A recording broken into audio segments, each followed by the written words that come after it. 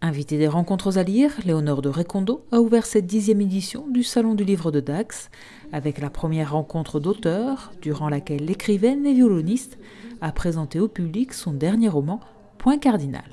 C'est l'histoire de Laurent, plus exactement de Lorraine. Laurent est un père de famille, il a une petite quarantaine d'années, il est marié depuis 20 ans à peu près avec Solange, ils sont très heureux. Ils ont 2 enfants qui sont ados. Mais Laurent en fait est une femme. C'est un moment de sa vie où il ne peut plus le cacher, il a envie de le vivre. C'est plus fort que lui, c'est plus fort qu'elle. Donc c'est l'histoire de cette transformation et de l'impact que va avoir cette révélation sur son entourage, sur sa femme, sur ses enfants, sur ses collègues, sur sa vie de tous les jours et puis sur la pensée qu'elle a d'elle-même. Dans ce roman, Léonore de Recondo s'attaque à un sujet d'actualité et pourtant peu abordé en littérature, l'identité de genre et la transition. En effet, c'est un sujet très actuel, le transgenre, mais même la question de l'identité, je pense, c'est une question qu'on se pose beaucoup, de se déterminer ou pas. L'idée m'est venue lors d'un voyage où j'ai vu un magazine, j'ai feuilleté un magazine qui est un Vanity Fair américain. Et en couverture, il y avait une très belle femme, une 50aine d'années, photographiée par Annie Leibovitz. Et en feuilletant le magazine, je me suis aperçue que cette femme était avant un homme. Et un homme américain, père de famille, sportif. Et je me suis demandé comment c'était possible de ne pas être dans le bon corps. Cette question du corps, moi, elle m'interroge. D'être juste dans son corps. Et là, je me suis demandé comment ça pourrait se passer de ne pas être juste.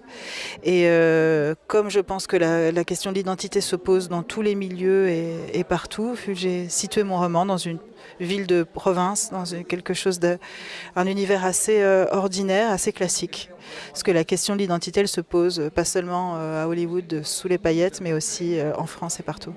Sans fioriture ni exubérance, l'auteur raconte au fil des pages la souffrance et le courage de Laurent pour entamer sa transition et devenir Lorraine, et tout ce que cela provoque pour elle et son entourage.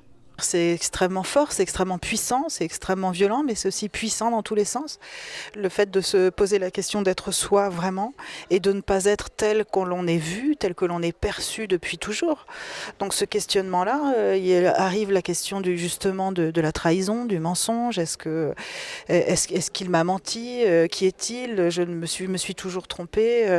Et donc ça, c'était des questions que j'avais envie d'explorer. Donc comment Solange, qui voit son compagnon devenir une compagne, comment elle le vit dans sa vie? Est-ce que ça vient réveiller chez elle? De ce que ça vient interroger chez elle aussi? Elle est obligée de se repositionner, de se déterminer elle aussi par rapport à cette nouvelle donne et elle se pose des questions sur qui elle est, sur sa vie sexuelle, sur ses enfants, sur sa position de femme, de mère. Et ça c'est aussi un personnage très important du roman, c'est l'onde de choc.